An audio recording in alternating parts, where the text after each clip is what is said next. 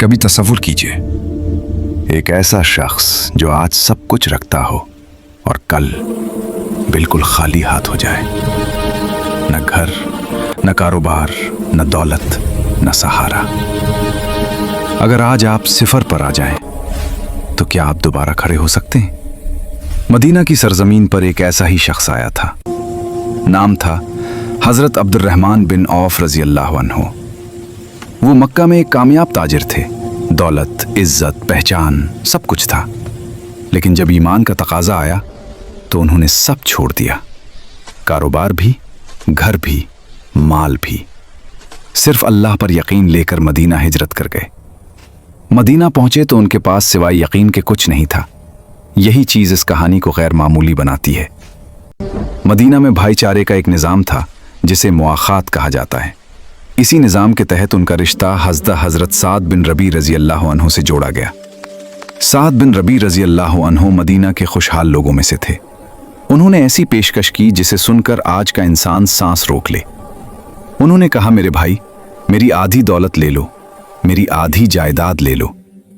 सोचिए, आज की दुनिया में कौन ऐसा करता है?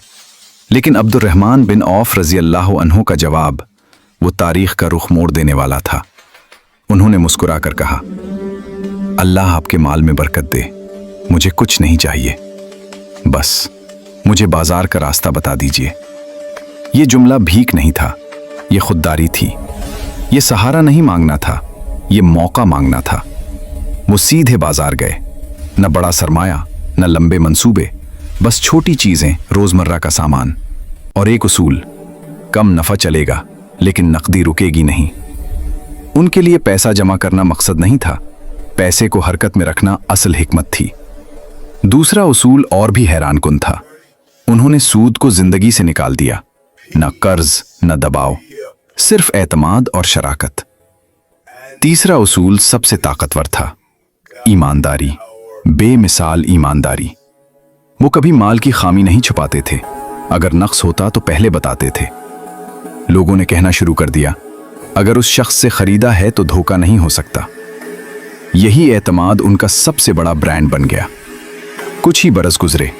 एक दिन मदीना में गुबार उठा। लोग घरों से निकल आए। ये कोई लश्कर नहीं था, ये अब्दुर्रहमान बिन औफ रजी अल्लाह अन्हु का तिजारती काफिला था। 700 ऊंट गले और सामान से भरे हुए। वही शख्स जो खाली हाथ आया था, आज उसकी आमद पूरे शहर को हिला रही थी। मगर हैरत की बात यह है, वो उस दौलत पर खुश नहीं थे। वो डरते थे, क्योंकि वो जानते थे ये दौलत इम्तिहान है।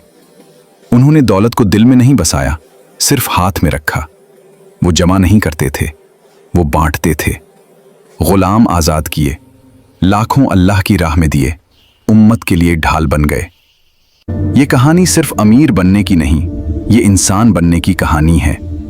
ये सिखाती है कि हलाल कमाई सही नीयत के साथ इबादत बन जाती है। अब सवाल ये है, क्या हम ईमानदारी, बगैर सूद और मेहनत के साथ दोबारा वही रास्ता चुन सकते हैं, या फिर ये कहानी सिर्फ सुनने के लिए रह गई है? अगर वीडियो अच्छी लगी हो तो लाइक जरूर करें और चैनल को सब्सक्राइब करें।